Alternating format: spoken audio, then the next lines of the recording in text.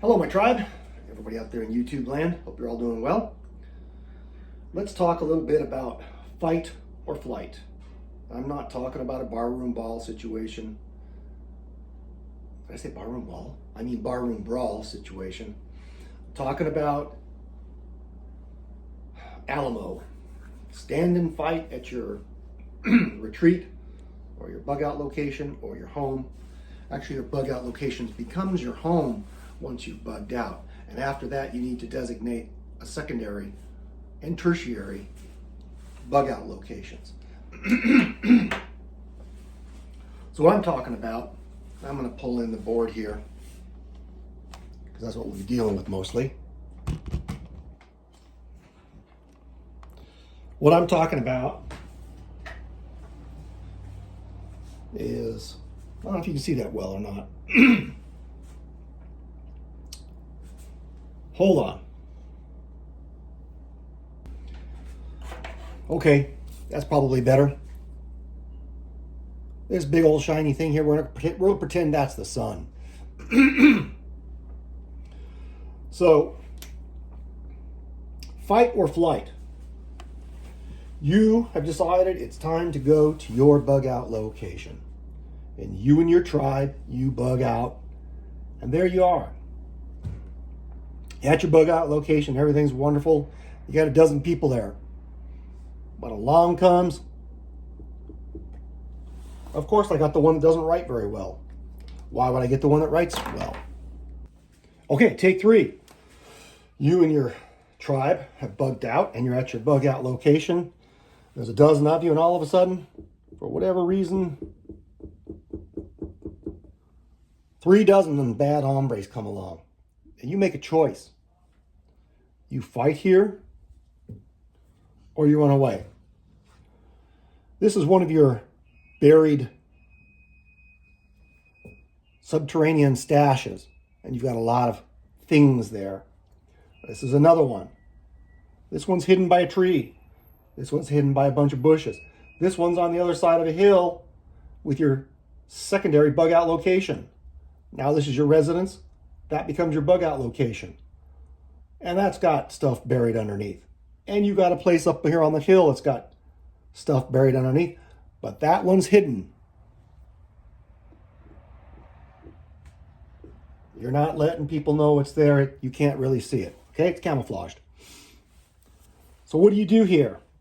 These 35, 40, 50 people come out at you. Well, you can shoot at them, and they can shoot at you. Is it an acceptable exchange to you that you kill 2 dozen of them and they kill half your tribe, maybe including some of your family members that you love? That's not a good equation. That's not a good equation. Fighting under those conditions just means you're going to be burying some of your loved ones. So instead, you choose flight. And off you go. Up over the hill. 1 or 2 adults go to these 1 or 2 or 3 or 4 pre-prepared positions. Firing positions. And then down here you have buried supplies and firearms for a few adults for a week or so. Whatever it is you decide is necessary. The sun moved. And you go to these 1, 2, 3, or 4 prepared positions you have while everybody else gets to the secondary bug out location. Now these guys come along. They don't know your stuff's buried there, so they don't find it. And you only keep 3 to 5% of your emergency supplies at your bug out location, which is now your home. So they get that 3 to 5%, and they take up residency for a day or 2. Now they're either going to leave on their own because that 3 to 5% isn't going to last them that long, and they've ransacked everything, and they've taken what was good, and they're gone. You've gotten off easy because you still have 95 to 97% of your supplies. That's a good deal where everybody in your tribe survives. No one takes a hit. No one dies. You're burying no one. No one gets buried. Let's say they decide not to leave after a couple of days. They're there for a week. From your prepared positions up here, and you're using devices that attenuate noise on your long-range artillery. Let's just say 1,000 yards.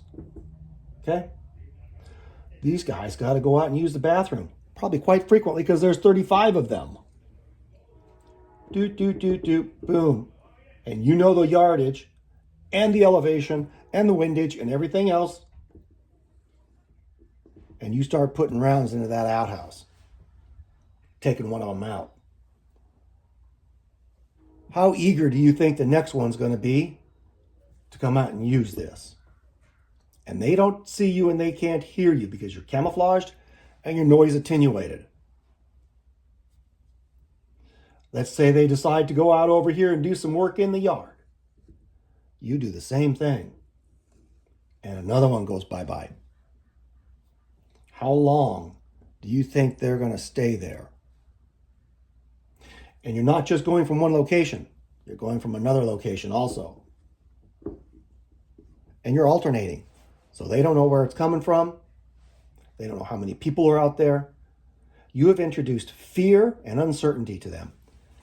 And because they can't find any more than this, they're going to leave. And everyone in your tribe lives to fight another day.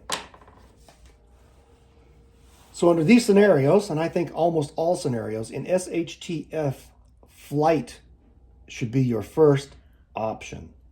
And fight should be the last thing you do because it has real consequences. Bullets go both ways. And fixing up people that have been gunshot wound in the gut or anywhere in SHTF is a big deal. It's a big deal. I'll repeat that. It's a big deal. Avoid it in almost every circumstance. Fighting has to be your last resort. That's what I have for you today. Think about that. Fighting is not your primary thing. It is living to see another day.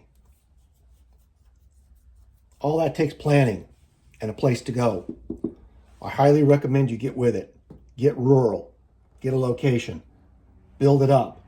Get a secondary location. And then this location, there needs to be another location after this location.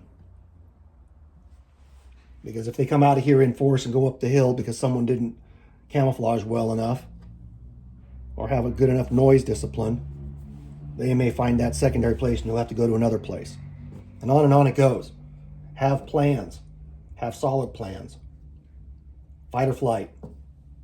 Used to be the Alamo. I used to think the Alamo. Stand and protect my stuff. But when you got all your stuff there, you are going to do that. So you need to have your stuff dispersed in hidden locations. That's what I got. Take care. God bless. Bye.